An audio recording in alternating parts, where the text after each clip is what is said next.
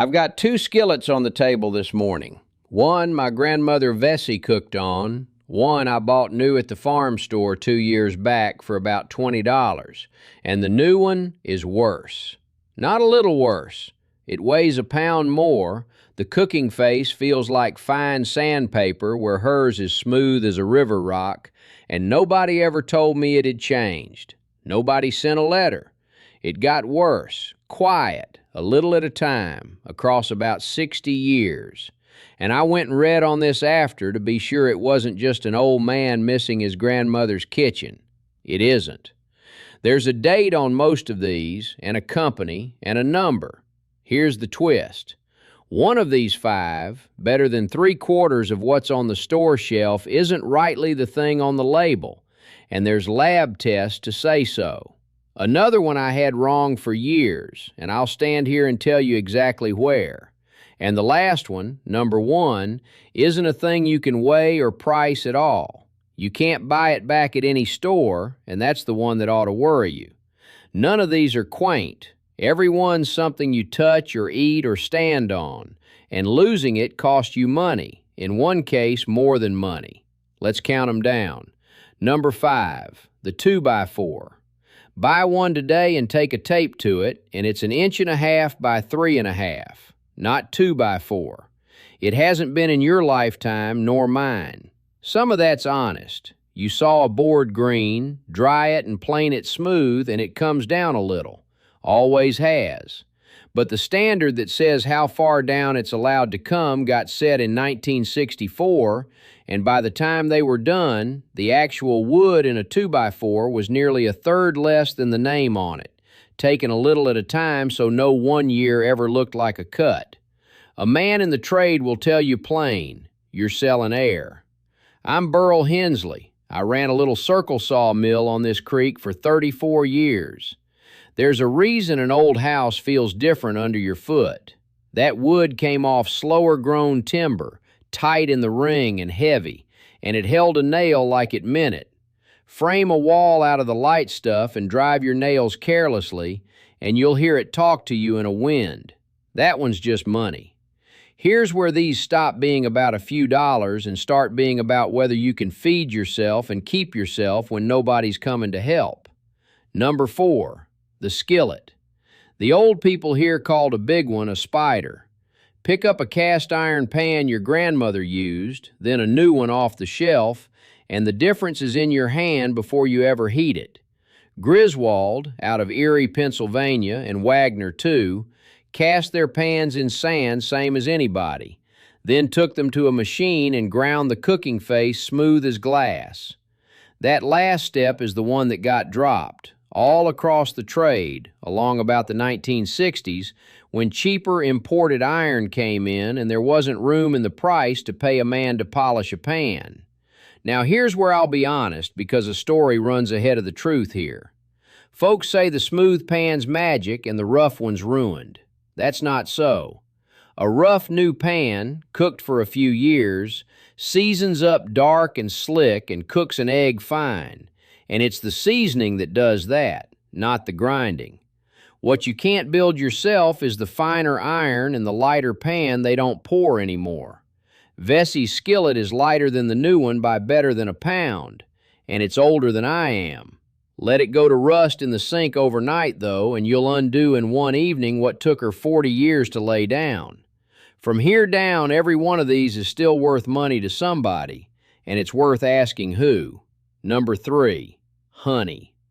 Real honey is bees and flowers and nothing else, and it's always been one of the most cheated foods there is.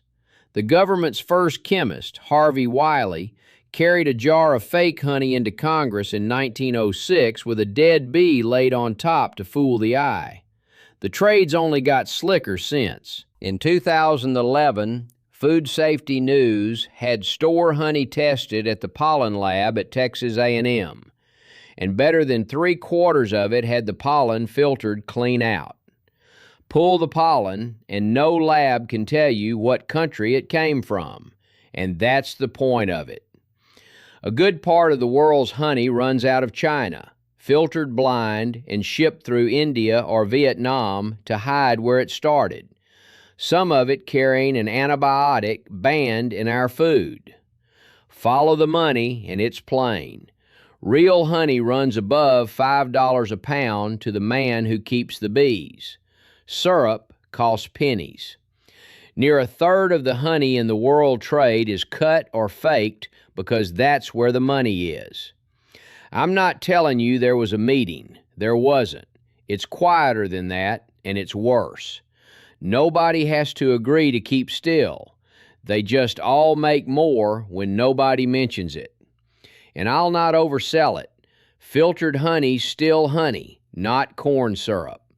What they scrubbed off was its name and its birthplace, and you paid honey money for it. There's one real safety point here, and I'll not skip past it. You do not give honey to a baby under a year old. Not a taste, not on a pacifier. The CDC and the baby doctors both hold that line. On account of a spore, a grown gut throws off easy, and an infant's can't. And it don't matter that it's the good raw honey from down the road. That's the one time the real thing is the dangerous thing. The last two, nobody hands you across a counter. One you used to be able to, and can't hardly anymore. The other you never could. Number two, the washing machine and the refrigerator beside it. A washer built in the old days was meant to run something like 10,000 loads. A lot of the new ones are built for 2,000 or 3,000, and then they're done. A refrigerator used to go 20, 30 years. The man who fixes them says 5 to 10 is common now. What changed is under the lid. A dial and a good motor got traded for a circuit board and a mess of sensors, and the board's the thing that dies.